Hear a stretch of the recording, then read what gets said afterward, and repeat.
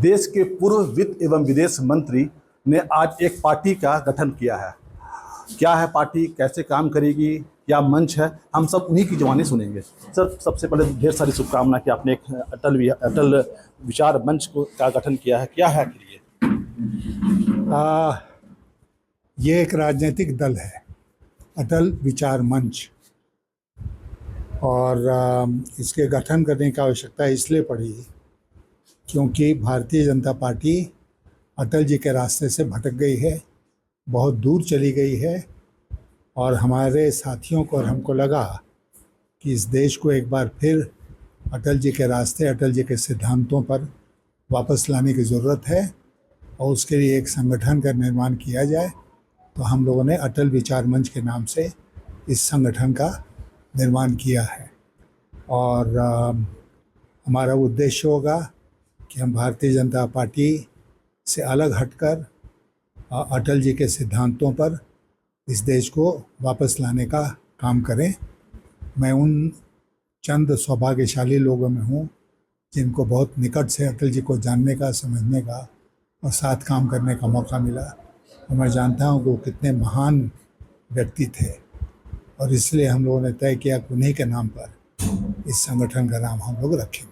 तो चुनाव का समय है सर, तो आखिर चुनाव में क्या रूपरेखा रहेगी इस मंच की? चुनाव में हमने कहा साफ शब्दों में कि हम अपने उम्मीदवार खड़ा करेंगे। 81 विधानसभा से भी 81 विधानसभा में हमको उम्मीदवार मिलेंगे तो हम 81 विधानसभा में खड़ा करेंगे। लेकिन हम लोगों का एक बहुत बड़ा जो सिद्धांत है, जो अटल जी का भी सिद्धांत था, वो है ईमानदारी। ईमानदारी के आधार पर आगे हम लोग काम करेंगे। सर, अटल जी के बारे में बात होती है तो वो ब्रांड एम्बेसडर माने जाते हैं बीजेपी के।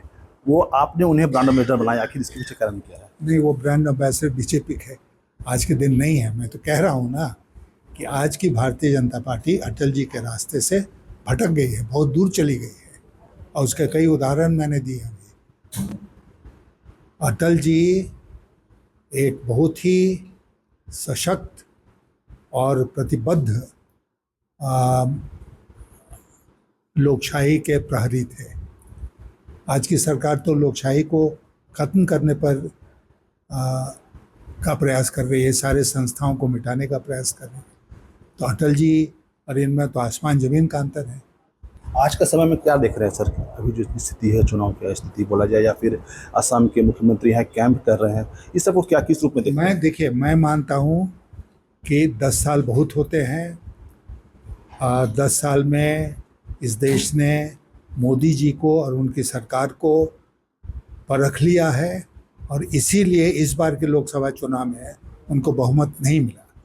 अगर वो 2 बैसाखी जिसके आधार पर सरकार चला रहे हैं वो आज अगर हाथ खींच लें तो सरकार गिर जाएगी। यही स्थिति है ना।